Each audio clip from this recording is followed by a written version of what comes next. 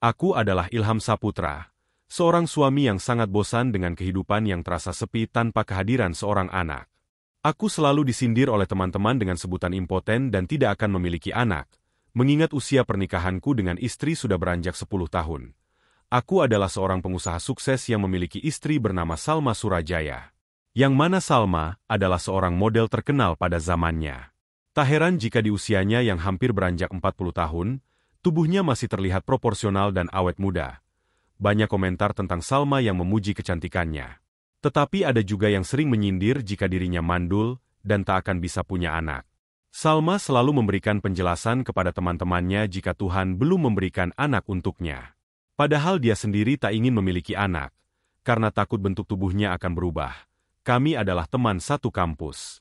Aku begitu mengagumi dan juga mengidolakan wanita cantik yang kini telah sah sebagai pendamping hidupku. Tetapi sayang, cintaku hanya bertepuk sebelah tangan. Nyatanya dia tak pernah benar-benar mencintaiku hingga saat ini. Suatu malam, Salma sedang bersenang-sengan dengan teman-temannya di salah satu klub malam. Dia dijebak oleh seseorang dengan diberikan obat tidur. Salma akhirnya diruda paksa oleh laki-laki tersebut, yang ternyata dibayar oleh orang lain. Kebetulan saat itu aku sedang bekerja sebagai petugas kebersihan di klub tempat Salma sedang berkumpul bersama teman-temannya. Saat aku berjalan menuju ke arah toilet, tanpa sengaja aku melihat dia sendirian sedang menangis bersandar di dinding. "Thea, kamu kenapa?" Tanyaku seraya membungkukkan badan melihat Salma yang sedang duduk sambil memeluk kakinya. "Aku diperkosa," jawabnya sambil menangis histeris.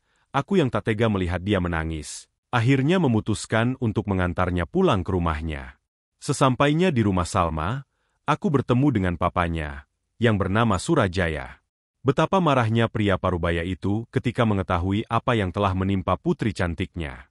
Lalu karena dia tidak ingin nama baiknya tercemar, Surajaya memutuskan untuk menikahkan Salma denganku. Salma sangat tahu jika selama ini aku sangat menyukainya. Walaupun dia tidak pernah menghiraukan perasaanku sama sekali. Namun kali ini Salma harus menerima kehadiranku, untuk menutupi nama baik keluarganya yang selama ini selalu terjaga dengan rapi. Singkat waktu, aku dan Salma pun menikah dengan berbagai macam persyaratan.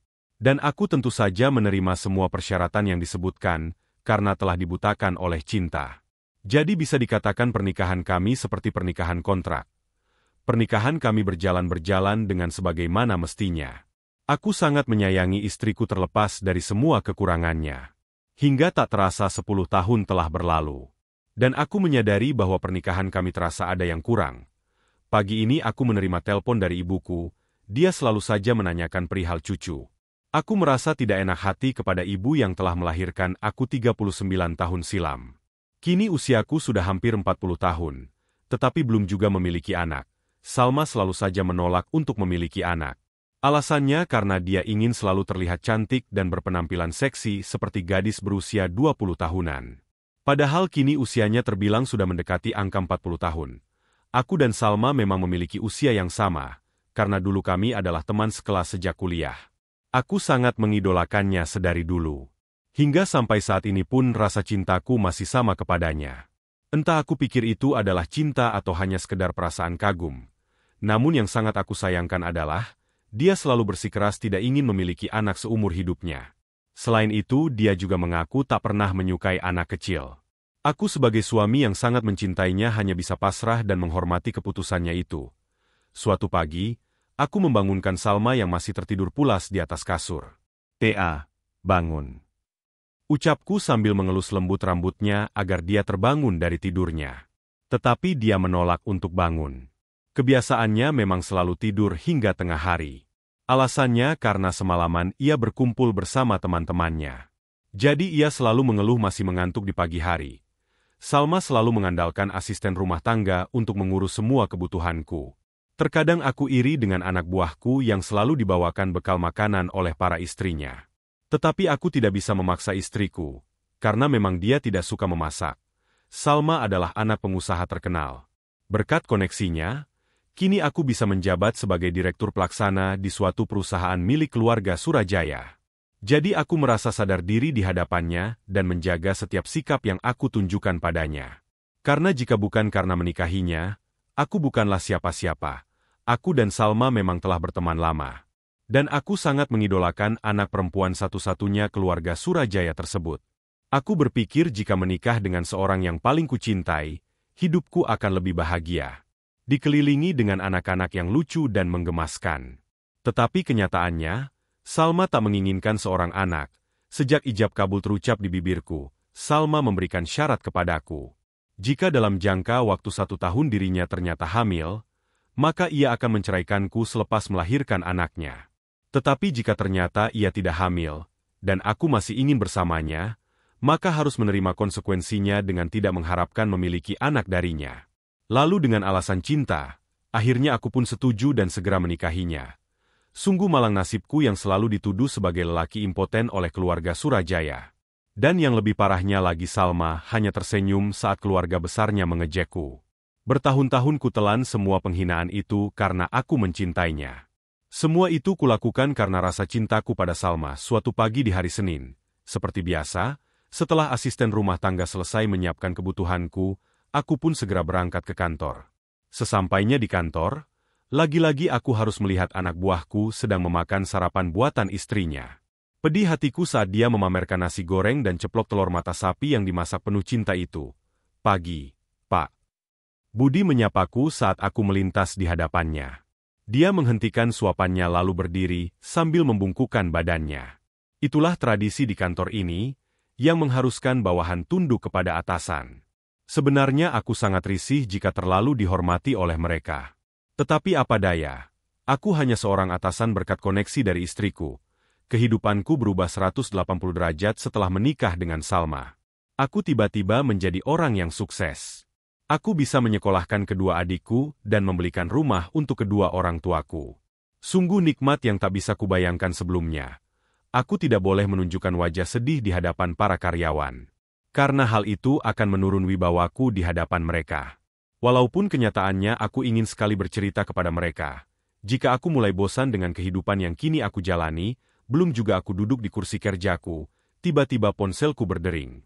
Segera ku ambil ponsel yang berada di kantong kemeja. "Halo," jawabku saat melihat di layar ponsel tertulis nama Salma. "Halo. Baru saja ibumu menghubungiku. Dia selalu menanyakan kapan aku punya anak." Dengar ya Ilham, aku tidak ingin lagi ditanyakan dengan hal seperti itu. Tolong jelaskan pada ibumu agar jangan terus mendesakku untuk memiliki anak. Seketika Salma langsung mengakhiri pembicaraan tanpa mendengar jawaban dariku. "Huft, aku tak tahu harus bagaimana lagi." Gumamku seraya menaruh ponselku di atas meja kerja. Aku hanya ingin punya anak. Apakah itu salah? Sedangkan aku sudah mempunyai seorang istri, dan kami berdua dinyatakan sehat oleh dokter. Namun karena sangat tidak ingin mempunyai anak, Salma memanipulasi hasil tes dengan menyatakan jika aku impoten dan tak akan punya anak. Sebenarnya hal itu sangat merugikan diriku. Walaupun hasil tes itu palsu tapi tetap saja membuat aku malu seumur hidup. Aku memang mencintainya, dan sangat ingin memilikinya. Tetapi setelah aku mendapatkannya, kenapa aku harus hidup menderita? Akhirnya aku memutuskan untuk menyibukkan diri dengan bekerja. Hal yang menurutku bisa menghilangkan rasa stres dan kesepian di dalam hidupku. Beberapa bulan kemudian, perusahaan yang aku rintis bersama temanku mendapatkan proyek pembangunan hotel di daerah pesisir pantai Indonesia bagian timur. Kami mengambil proyek tersebut dengan harapan bisa memajukan usaha di bidang properti. Pastinya akan banyak turis mancanegara dan domestik datang ke tempat pariwisata. Karena pemerintah akan membuka tempat pariwisata di Indonesia bagian timur. Aku adalah orang yang tidak puas jika bekerja tanpa melihat situasi di lapangan. Hingga akhirnya aku memutuskan untuk turun ke lapangan dan mengawasi proyek tersebut secara langsung. Namun aku harus mendapatkan izin dari istriku terlebih dahulu sebelum berangkat. Salma selalu mengetahui beberapa proyek yang aku pegang. Karena dia memegang kendali keuangan perusahaan tempat aku bekerja. Walaupun aku seorang direktur, tetapi tak ada satupun urusan perusahaan yang kukelola secara mandiri. Semuanya di bawah kendali Salma. Karena hal itu membuatku harus memutar otak. Sebagai laki-laki aku harus lenih mandiri. Aku ingin membahagiakan adik-adikku dan kedua orang tuaku. Maka dari itu, aku memutuskan untuk bekerja sama dengan salah satu sahabatku, yang bernama Ari. Diam-diam aku bekerja untuk membantu usahanya yang baru dirintis beberapa tahun ini. "Lalu bagaimana dengan perusahaan milik Papa?" tanya Salma sedikit menginterogasi. Saat ini perusahaan dalam kondisi terkendali, dan aku bisa memantau lewat online. Sedangkan untuk membangun sebuah hotel, aku harus hadir di sana. Karena aku yang merancang semua struktur bangunan hotel. Aku tidak ingin ada salah satu karyawan yang lalai dengan pengadaan barang. Aku ingin semuanya berjalan secara maksimal. Ucapku mencoba menjelaskan kepada Salma, ya sudah. Jika memang tujuanmu untuk menghasilkan uang, aku izinkan. Toh nantinya uangmu juga akan menjadi milikku. Ujar Salma yang lagi-lagi selalu mementingkan uang daripada keberadaanku di sisinya. Selama kami menikah, memang tak pernah ada cinta di hatinya. Padahal aku sangat mencintainya. Apakah aku mengalami cinta buta? Dia hanya memanfaatkanku sebagai mesin pencetak uang. Setelah mengetahui kejeniusanku dalam mengelola keuangan, dirinya menjadi berambisi dan tak pernah mau untuk bercerai denganku. Salma sangat malas untuk memegang kendali perusahaan. Karena dia lebih suka dunia modeling dan bersenang-senang dengan teman-temannya. Sebenarnya aku ingin sekali diperhatikan olehnya. Aku ingin dia mencegahku pergi dan tetap mempertahankan aku di sisinya. Tetapi kehadiran uang lebih penting untuknya daripada aku. Kapan kamu berangkat? Tanyanya sembari mewarnai kukunya dengan cat kuku besok pagi. Jawabku singkat, kamu harus bekerja dengan sungguh-sungguh. Ingat aku harus zumba dan juga ke salon setiap minggunya. Bahkan hari Minggu besok aku sudah membuat jadwal di salon untuk tarik benang di bagian pelipis. Lihat, sudah mulai banyak kerutan begini. Salma menunjukkan daerah pelipis menggunakan telunjuknya. Aku memandang malas wajah istriku yang sudah terlihat tua itu. Bukan masalah tua atau muda. Namun dia tak pernah bisa menerima kodratnya, dan selalu melakukan segala cara agar bisa terlihat lebih muda. Bahkan ia sudah beberapa kali melakukan operasi plastik untuk membentuk badannya supaya terlihat masih muda. Mas, tolong tegur ibumu. Jangan pernah menanyakan soal anak lagi padaku. Aku tidak ingin ada percekcokan dalam rumah tangga kita. Ucapnya sembari masih berkutat dengan cerminnya. Kedua orang tuaku sangat menginginkan cucu dariku. Apalagi sekarang kedua adikku sudah memiliki anak. Setiap hari besar keagamaan, kami selalu berkumpul di rumah kedua orang tuaku. Dan hanya aku saja yang belum memiliki anak. Mereka mengira jika aku mengalami kelainan pada sistem reproduksi. Padahal kenyataannya, Salma telah melakukan steril pada rahimnya agar tidak terjadi pembuahan pada sel telurnya. Keluargaku tidak ada yang mengetahui tentang perjanjian pranikah kami. Mereka hanya mengetahui jika rumah tangga kami berjalan dengan normal. Jika kutanya alasan mengapa tak ingin memiliki anak, Salma selalu menjawab jika dia sangat trauma melihat temannya setelah selesai melahirkan. Gemuk, kendur, dan meninggalkan bekas. Ditambah lagi ia tidak ingin direpotkan dengan adanya anak. Entahlah, cobaan apa yang sedang aku alami. Aku tidak pernah berpikir jika nasib bisa sejahat itu padaku. Aku hanya berpikir terlalu egois jika aku menginginkan sesuatu yang cantik sekaligus mencintaiku. Mendapatkannya sebagai istriku saja sudah sebuah anugerah terindah dalam hidupku. Walaupun setelah itu aku tak pernah merasa bahagia hidup bersamanya. Setelah lama berbincang dengan Salma, aku langsung pergi menuju kantor. Karena percuma saja berlama-lama di rumah jika ia tak pernah menghargaiku sebagai suaminya. Aku sungguh tak menyangka jika harus disetir oleh istri sendiri. Padahal aku adalah seorang imam yang harus menjadi nahkoda dalam bahtera rumah tangga. Kulihat arloji di tangan. Waktu masih menunjukkan pukul 10 pagi. Sebaiknya aku selesaikan dulu tugas kantor, agar semuanya terkendali setelah kepergianku keluar kota. Aku sudah biasa berpergian keluar kota maupun keluar negeri selama berbulan-bulan. Dan Salma tak pernah sekalipun menanyakan kabar tentangku. Dia hanya menghubungiku jika uangnya sudah habis. Usai pensiun menjadi model, Salma hanya berkumpul dengan teman sosialitanya saja. Memamerkan bentuk tubuhnya, dan juga mentraktir teman-temannya. Dia berpikir jika pekerjaan yang aku dapatkan semua berkat koneksinya. Hingga ia bisa seenaknya menghabiskan uang hasil keringatku. Tetapi aku tidak bodoh. Sebagian uang yang aku dapatkan dari kerja sampingan selalu aku sisihkan. Dan aku meminta tolong kepada ibuku untuk menabung hasil kerja kerasku itu. Karena jika sewaktu-waktu aku ditendang dari keluarga Surajaya, setidaknya aku masih memiliki simpanan uang. Keluarga Surajaya mengatakan bahwa mereka tidak akan pernah memberikan aset apapun untukku.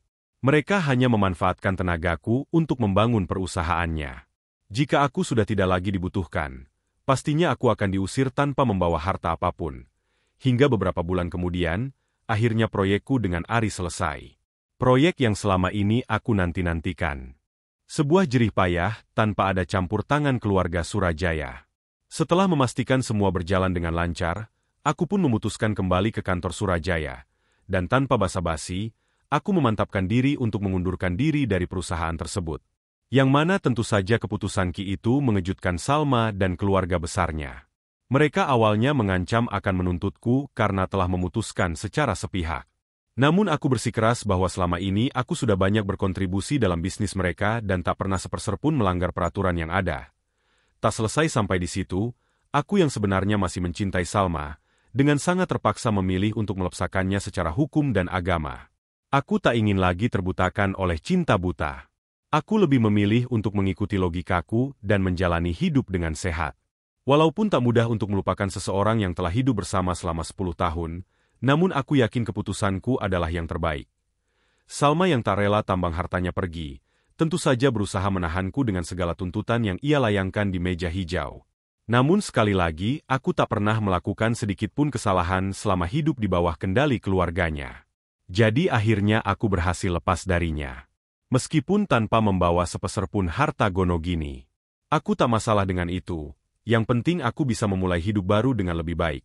Dari kisah Ilham, kita bisa belajar bahwa mencintai seseorang tanpa akal sehat sama saja membawa neraka pada diri sendiri.